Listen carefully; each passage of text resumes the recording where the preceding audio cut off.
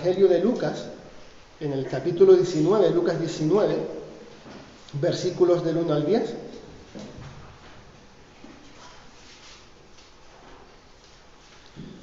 Una historia que muchas veces ha quedado en el olvido para los adultos y no para los niños. Es la historia de Zaqueo. Y Zaqueo normalmente es uno de esos personajes que tiene la fama de quedarse en los primeros cursos de escuela dominical y luego casi no nos acordamos de él, ¿no? Pues voy a leer Lucas 19, versículo del 1 al 10. Dice así: habiendo entrado Jesús en Jericó, pasaba por la ciudad. Y un hombre llamado Zaqueo, que era jefe de los recaudadores de impuestos y era rico, trataba de ver quién era Jesús. Pero no podía a causa de la multitud, ya que él era de pequeña estatura.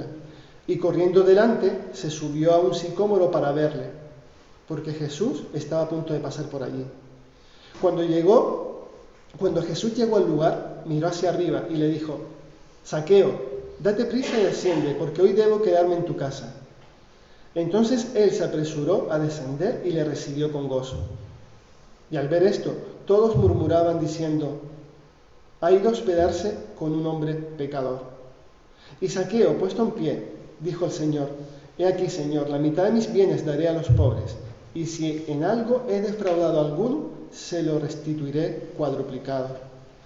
Y Jesús le dijo: hoy ha venido la salvación a esta casa, ya que él también es hijo de Abraham, porque el Hijo del Hombre ha venido a buscar y a salvar lo que se había perdido.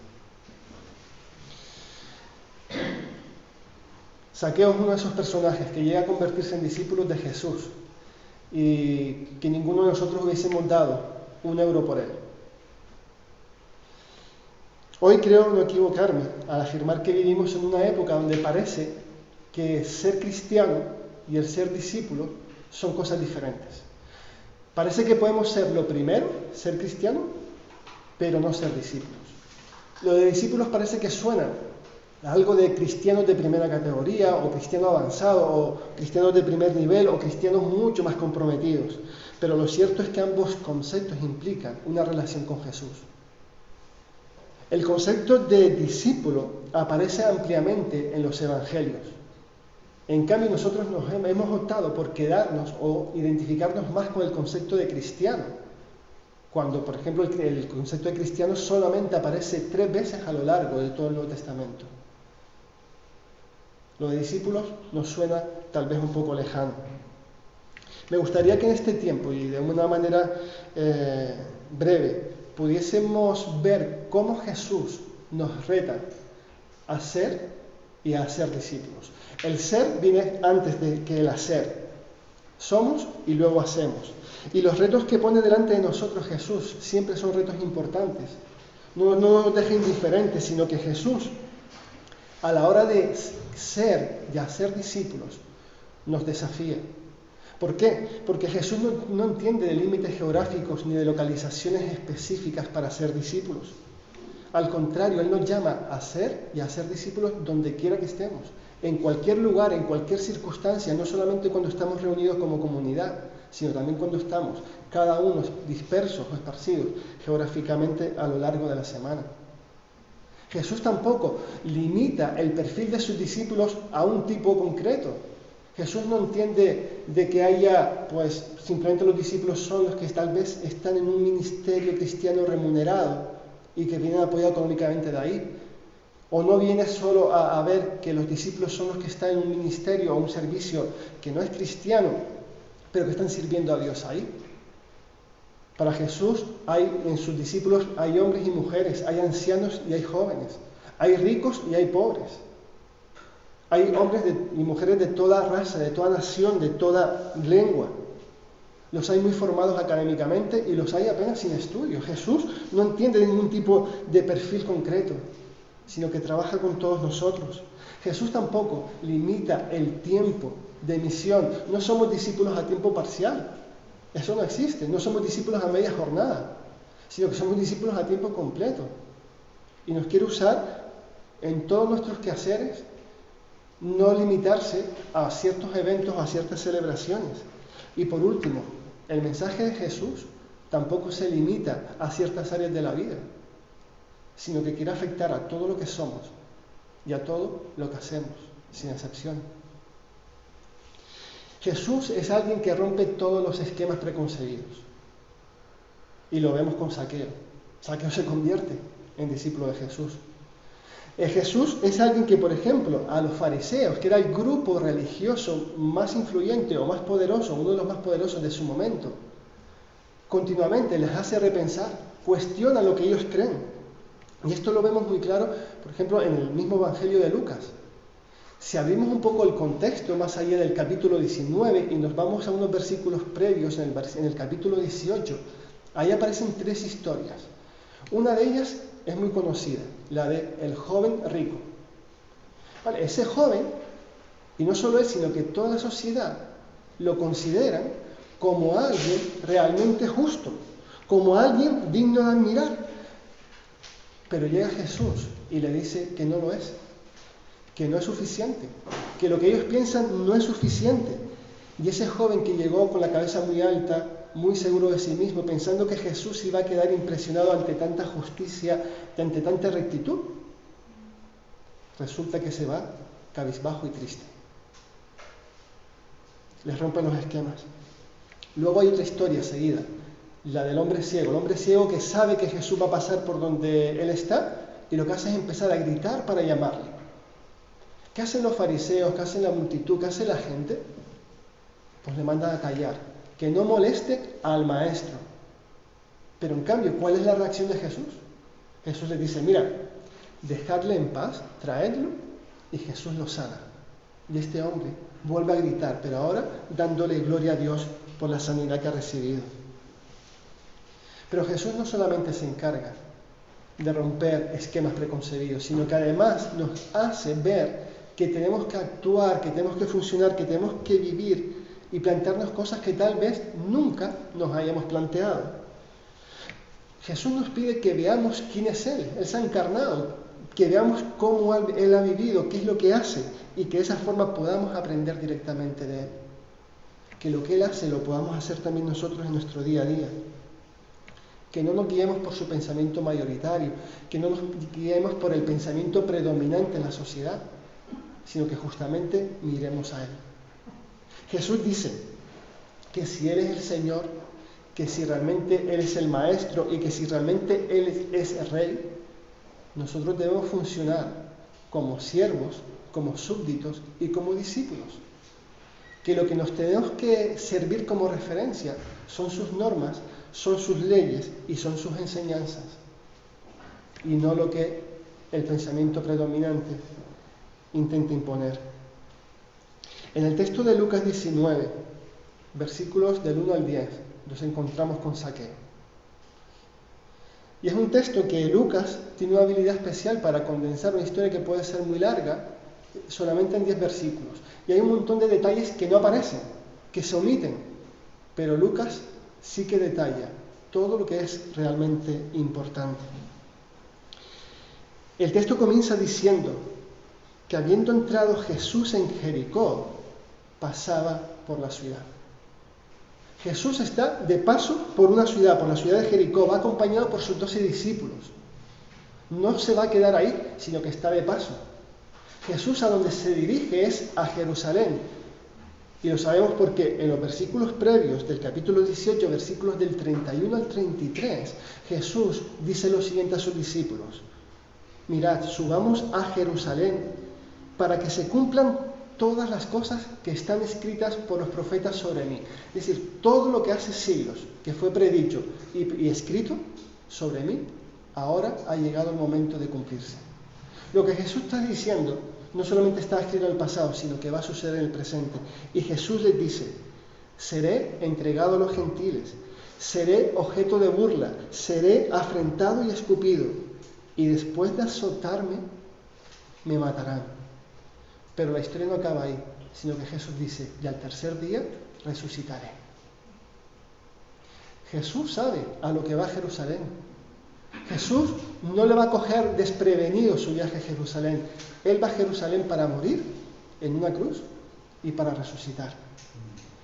Pero el viaje o su estancia o su paso por Jericó no es en vano. Él va a Jerusalén, pero ya que está en Jericó, va a seguir desarrollando su misión, va a seguir trayendo esperanza, va a seguir trayendo vida y va a seguir enseñando a sus discípulos y a sus nuevos discípulos, como es Zaqueo. El versículo 2 centra la atención en Zaqueo y dice que un hombre llamado Zaqueo, que era jefe de los cobradores de impuestos y que era rico. A lo largo de todo el texto bíblico, las referencias que aparecen y las alusiones a los cobradores de impuestos, publicanos o recaudadores no son nada positivas. Ninguna de ellas. Y esto se debe principalmente a dos motivos. El primero era que los cobradores de impuestos eran judíos que se habían puesto al servicio del Imperio Romano, el imperio opresor, para servirles con gusto. Pero hay un segundo motivo que es aún peor que el primero para los judíos, y es que se valían de esa posición para abusar de sus compatriotas, para cobrar más allá, para ir más allá, para encargarse de cargar comisiones que no procedían. La extorsión, el robo, el hurto, el soborno eran prácticas cotidianas, eran el día a día de Zaqueo. Y aquí está Zaqueo. Y lo peor es que Zaqueo no era simplemente un recaudador, sino que era el jefe de los recaudadores. Y además, dice el texto, que era rico. Si socialmente hablando los recaudadores eran personas despreciables, imaginémonos qué pensarían de Zaqueo, que era el jefe de la cuadrilla. ¿Qué imagen podrían tener de él? El texto no deja a dudas, no explica de dónde viene la riqueza de Zaqueo, pero sabiendo los antecedentes y la forma de funcionar de los cobradores, todo hace pensar que al menos parte de la riqueza no era lícita. El texto continúa y dice el versículo 3 que Zaqueo trataba de ver quién era Jesús. Tenía un cierto interés, pero no podía a causa de la multitud, ya que él era de pequeña estatura. Zaqueo trata de ver quién es Jesús. Intenta acercarse, pero Jesús ya no pasa desapercibido. Jesús ahora a donde va, las multitudes le rodean. Y Zaqueo, a pesar de tener una posición económica holgada, ser alguien pues privilegiado en esa sociedad, socialmente hablando es un marginado por ser cobrador de impuestos. Es imposible para Zaqueo intentar abrirse hueco o espacio entre la multitud, porque sabe que no se lo van a facilitar, porque sabe que es rechazado, sabe que es despreciado. Zaqueo es alguien que está acostumbrado a vivir un poco aislado, sabe que no puede acercarse tanto a las multitudes por su condición de cobrador. Pero hay algo en Zaqueo que le hace no darse por vencido en ningún momento. No se lo va a poner fácil las multitudes, pero él, ante las dificultades, busca formas de ver a Jesús sí o sí. Dice el versículo 4, que corriendo delante se subió a un sicómoro para verle porque estaba Jesús a punto de pasar por allí. Era ahora o nunca. O lo veo ahora o ya no lo voy a ver. Y casi a la desesperada, sin ningún tipo de vergüenza, sin miedo a parecer ridículo, opta por subirse a un árbol.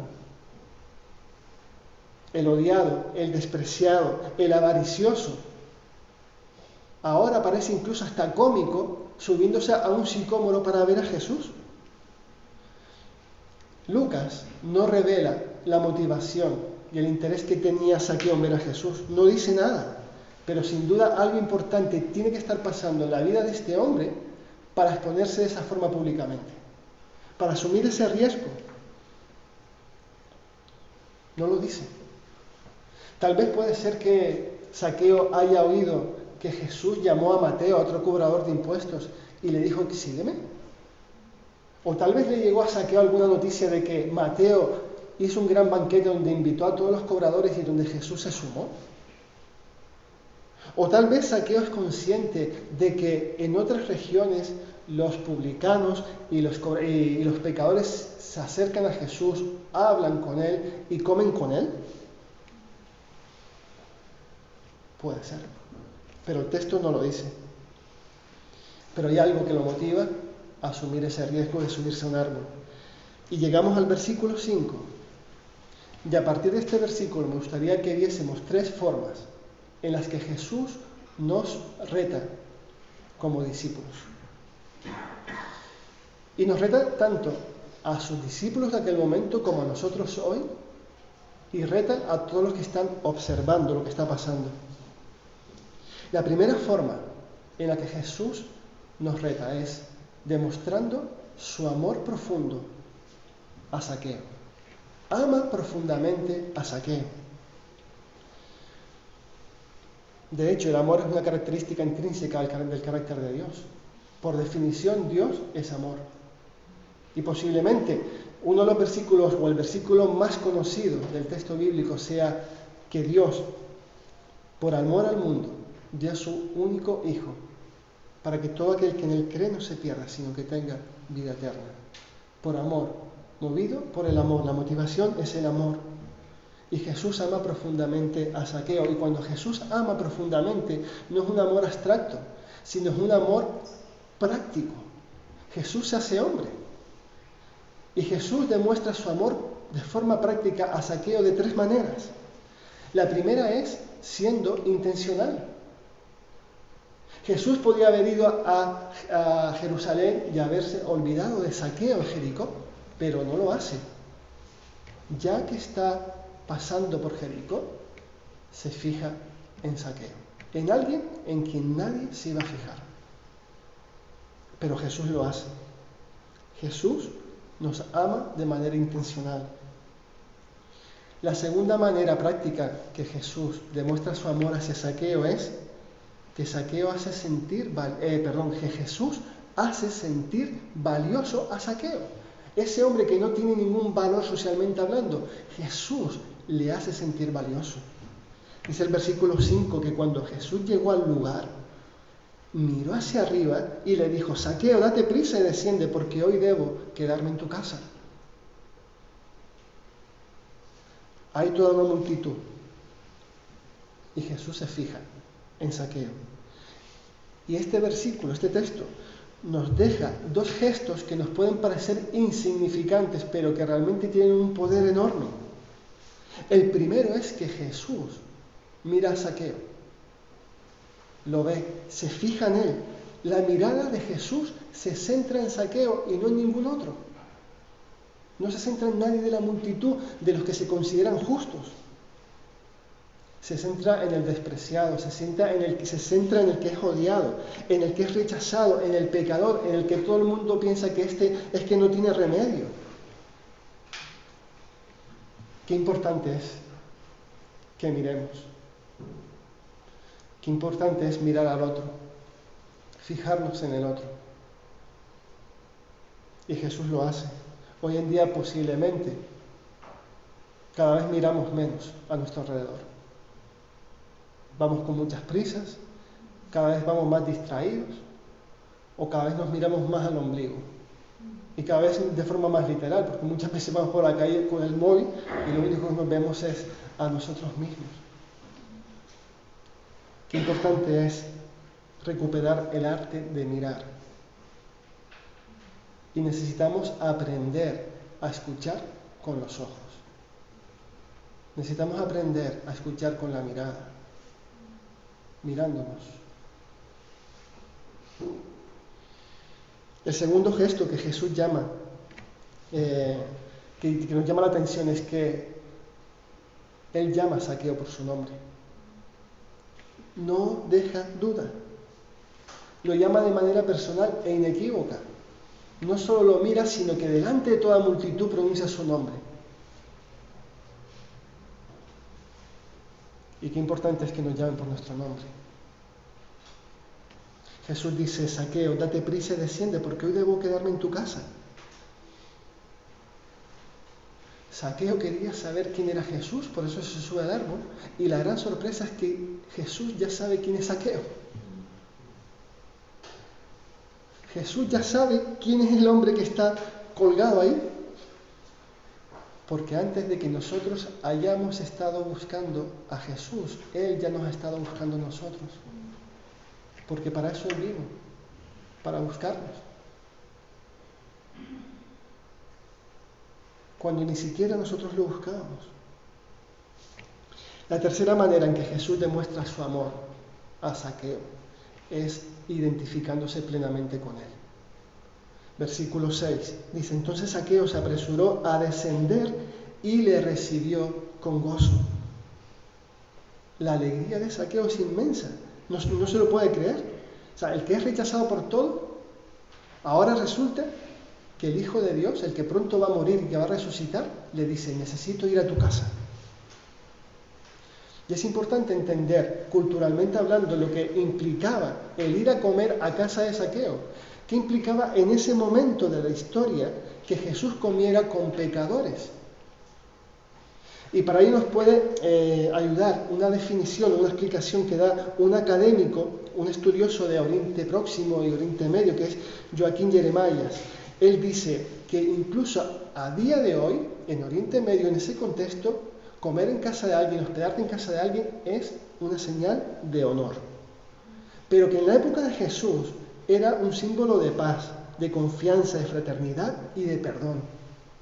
En resumen, el compartir la mesa significaba compartir la vida, dice este autor. Así que las comidas de Jesús con los publicanos y los pecadores son expresiones de la misión y el mensaje de Jesús. Jesús le estaba diciendo a Zaqueo: yo te perdono, yo vengo aquí en paz, como una ofrenda de paz, para que seas parte de mi mesa, para que seas parte de mi familia. Nuestra cultura mediterránea hace mucha vida en torno a la mesa. Y prácticamente todo lo que hacemos lo hacemos en torno a la comida. Así que no somos culturalmente hablando muy distantes. Nuestros contextos en ese sentido somos hospitalarios, creamos sensación de amistad y de apertura cuando compartimos la mesa. Y hay una costumbre muy nuestra que debemos valorar, y es la sobremesa. ¿Por qué la sobremesa? Porque normalmente las conversaciones profundas no se dan en la primera hora cuando te encuentras con alguien.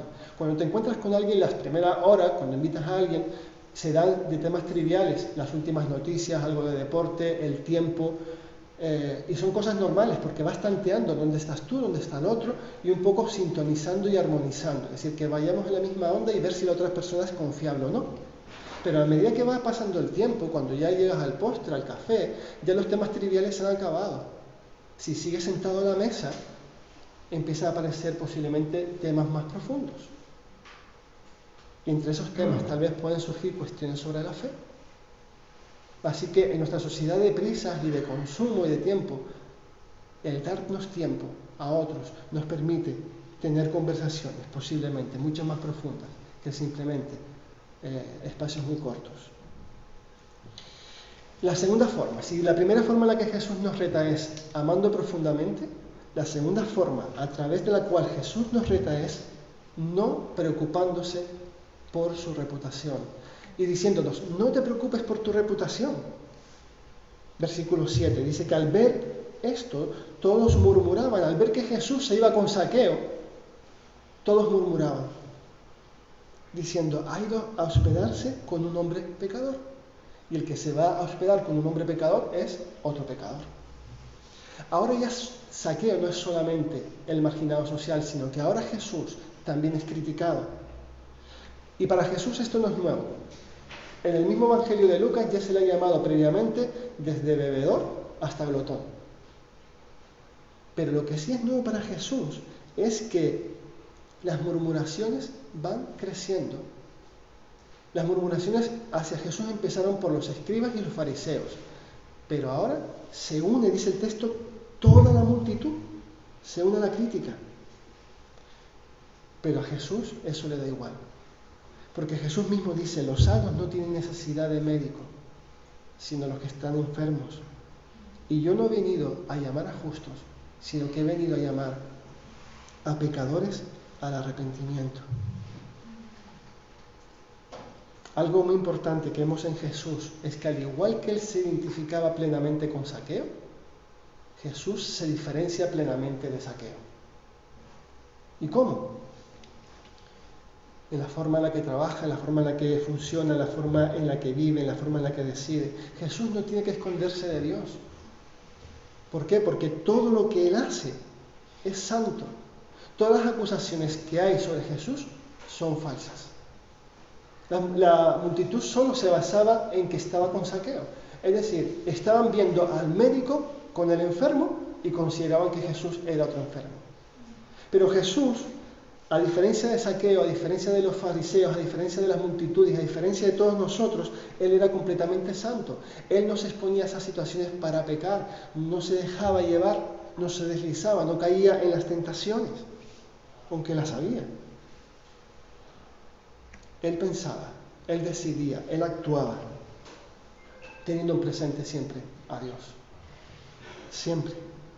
La única reputación que le importaba era la de su Padre. Y es la única reputación que nos debe importar a nosotros. A Jesús.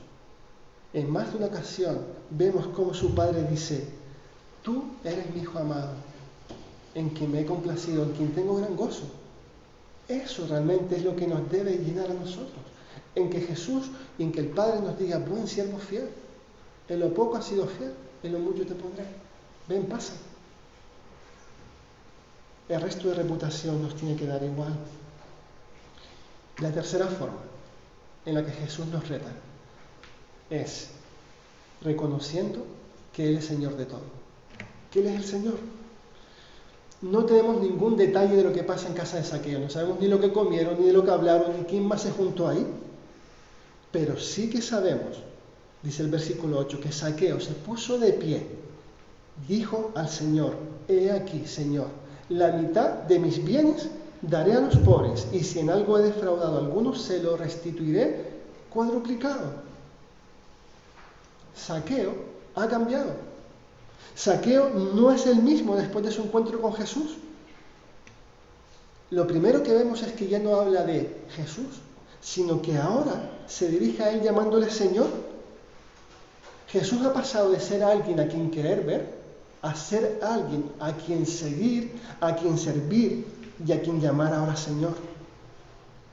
El desahuciado por la sociedad, el que para nadie valía la pena, ahora es discípulo de Jesús. Jesús cambia el mundo de Zaqueo, cambia la vida de Zaqueo, cambia su forma de pensar y cambia su forma de actuar. Al punto que dice: la mitad de mis bienes daré a los pobres, y si en algo he defraudado, lo devolveré cuadruplicado. Jesús dice que vino a sanar a los enfermos, de llamar al arrepentimiento a los pecadores. Y esto es lo que vemos en Zaqueo. Se arrepiente de lo que él sabe que está haciendo mal. Y me gustaría destacar, para ir terminando, 3 elementos que está presente en este nuevo Zaqueo. En el Zaqueo que no solamente ahora es recaudador, sino que ahora también es discípulo de Jesús. Y estamos en el día 1 de la vida nueva de Zaqueo caminando con Jesús. Y son 3 elementos que tienen que estar en nuestro caminar con Jesús, que tenemos que desarrollar. Son 3 elementos que el primero es la rendición de cuentas, el segundo tiene que ver con las conexiones con nuestra misión, con el lugar de nuestra misión, y el tercero es el crecimiento espiritual. Muy brevemente cada uno. La rendición de cuentas. ¿En qué consiste? Dice Zaqueo que si en algo he defraudado a alguno, se lo restituiré cuadruplicado. Zaqueo es capaz de reconocer no solamente ante Jesús, sino ante otros, su pecado, sus faltas, sus errores. Su deseo es restaurar el mal. No lo hace solamente en privado con Jesús, sino que públicamente está dispuesto a: si he robado, lo cuadruplicaré lo que he robado, lo devolveré. Debemos atrevernos como discípulos a preguntarnos en nuestro caminar con Jesús, ¿qué de cerca o qué de lejos estamos? ¿Qué distancia hay entre Jesús y nosotros? ¿Dónde estamos realmente? Puede ser que estemos físicamente aquí, pero espiritualmente. ¿Qué estamos dispuestos que otros hermanos de la comunidad sepan de nosotros? Que sepan nuestras luchas, nuestras miserias, nuestras tentaciones, nuestros pecados. ¿Qué estamos dejando que esos otros nos digan, que nos corrijan, que nos ayuden? ¿Qué cosas estamos dispuestos a cambiar? Zaqueo cambió. Segundo elemento, la conexión con su lugar de misión. Con lugar de misión me refiero al lugar donde el Señor nos pone la mayor parte de nuestro tiempo con personas que no son cristianas. Porque todos nosotros tenemos un lugar de misión. Todos nosotros somos enviados como misioneros a un entorno donde no hay otros misioneros. Y por eso hay necesidad de misión. En ningún momento vemos que Zaqueo diga que va a dejar su trabajo. Lo que sí vemos es que Zaqueo entiende y ve su trabajo de una manera diferente. Zaqueo ya no sirve al emperador de Roma, Zaqueo ya no sirve al Dios del dinero, sino que ahora Zaqueo ha decidido servir al Creador de todas las cosas y a ese Jesús que ha prometido que hará todas las cosas nuevas. Ahora el robo, las extorsiones, las comisiones incorrectas y cualquier otra práctica extendida en su sociedad y en su sector profesional ya no van a formar parte de su ADN. En su lugar aparecen otras cualidades como la honestidad, la integridad y la generosidad. Zaqueo ahora será una luz en medio de la oscuridad y será esa sal que ayuda a que la sociedad no se corrompa tanto, que su entorno no se corrompa tanto. En ocasiones confundimos el seguir a Jesús con tener que dejar todas nuestras ocupaciones, nuestros trabajos, nuestros estudios, como si fueran cosas que a Dios no le importan, como si fuesen cosas que a Dios no le interesan. Pero seguir a Jesús no consiste necesariamente en tener que dejar todo eso, ni mucho menos. Y ciertamente, hay casos en los que el Señor llama a personas concretas, a situaciones concretas y a ocupaciones específicas que supone romper con todo lo que ha sido su vida anterior. Pero seguir a Jesús, en la inmensa mayoría de casos, en lo que consiste es en seguir y en vivir como Jesús viviría en donde estamos ahora. Tal vez en nuestra fábrica, donde hay un montón de pedidos defectuosos que no sabemos cómo servir. O en medio de nuestra clase en el instituto, donde sabemos que hay conflictos entre los compañeros y que no sabemos muy bien cómo mediar. O tal vez en el gimnasio, donde estamos cansados de ir porque siempre que llegamos está todo sucio y desordenado. O tal vez pensamos que Dios no nos puede usar en nuestra casa atendiendo tal vez a algún familiar mayor o atendiendo a nuestros hijos pequeños que no nos permiten nunca tener una conversación que podemos acabar, sino que siempre están entrecortadas. Si Dios nos quiere en otro lugar, Él nos lo mostrará. Pero mientras, si no, lo que tenemos que hacer es vivir como Jesús viviría en donde estamos ahora. Zaqueo no dejó su trabajo. ¿Nos podemos imaginar el impacto que tuvo el cambio radical de Zaqueo en sus empleados? ¿En los cobradores de impuestos que estaban a su orden? ¿O el impacto que tuvo en los ciudadanos a los que cobraba impuestos? Seguramente surgirían preguntas: ¿y cómo es que ahora no me cobras el 3% que antes me exigías? ¿O cómo ahora es que ahora ya no me pides que extorsione a tal persona para que nos pague más de lo que tiene que pagar? ¿O cómo es que ahora no te puedo pagar en negro tal cantidad para que la mercancía pase la aduana antes que el resto? ¿Y cómo es que ahora das tanto dinero? ¿Cómo es que ahora eres tan generoso? Muchas conversaciones cotidianas, en los lugares cotidianos y motivadas por acciones cotidianas, nos pueden llevar a conversaciones y oportunidades preciosas para hablar de Jesús, de por qué Jesús y cómo Jesús ha cambiado nuestra vida y cómo Jesús puede cambiar la de otros. Debemos atrevernos a preguntarnos: ¿permitimos que la gente conozca quiénes somos? Nuestra forma de trabajar, nuestra forma de relacionarnos, nuestra forma de estudiar, ¿llama positivamente la atención a los que nos rodean? ¿Somos capaces de prepararnos para la misión en nuestro día a día? ¿Somos capaces de compartir nuestra fe de una forma breve, entendible, que nuestros amigos puedan entender?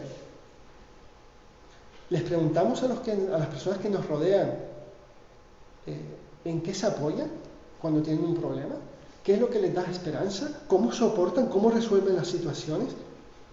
¿Nos ofrecemos de alguna forma a cómo les podemos ayudar?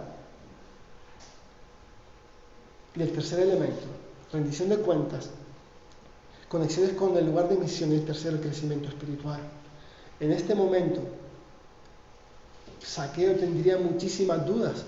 Zaqueo está empezando su caminar con Jesús, no conocería todo lo que tenía que aprender, pero eso no le impide a comenzar a seguirle y comenzar a crecer. Y lo mismo pasa con nosotros. Nuestro conocimiento de Dios es limitado, es imperfecto, es defectuoso. Pero así todo tenemos que preguntarnos, ¿qué implica seguir a Jesús en esta situación concreta que tengo esta semana por delante? Sea la que sea. Debemos tener presente que el crecimiento espiritual no es algo abstracto, sino que el crecimiento espiritual, como lo entendemos desde la fe cristiana, involucra la mente. Requiere que todos nuestros pensamientos sean llevados a Cristo, que sean llevados a Jesús y que nos preguntemos, ¿qué harías, Jesús, en esta situación concreta? ¿Cómo lo resolvería? ¿Qué quieres de nosotros? Y el texto concluye con las palabras de Jesús. Y creo que son las palabras más preciosas que cualquier ser humano puede recibir. Que Jesús mismo le dice, hoy ha venido la salvación a esta casa. Hoy Zaqueo ha cambiado. Hoy Zaqueo ha nacido de nuevo. Ya que también él es hijo de Abraham. Dice, porque el Hijo del Hombre, dice, yo, Jesús, he venido a buscar y a salvar lo que se había perdido. Y esa es nuestra realidad. Jesús vino a salvarnos y a buscarnos. Y tal vez estás en ese proceso. Tal vez estás aquí y has venido pues, salvando algunos obstáculos. El cansancio, la pandemia, situaciones familiares, has hecho el esfuerzo y estás aquí sin saber muy bien por qué. Tal vez quieres ver algo sobre Jesús. Y tal vez te estás dando cuenta que Jesús sabe más de ti de lo que tú mismo sabes. Y tal vez ni te consideras que estés perdido y que necesites un Salvador. Pero Jesús, como demostró en la vida de Zaqueo, Zaqueo estaba perdido y Jesús lo encontró. Y muchos de los que estamos aquí podemos celebrarlo, que Jesús nos ha encontrado y que Jesús nos ha salvado, porque nuestra realidad es que sin Él estamos perdidos. Amén.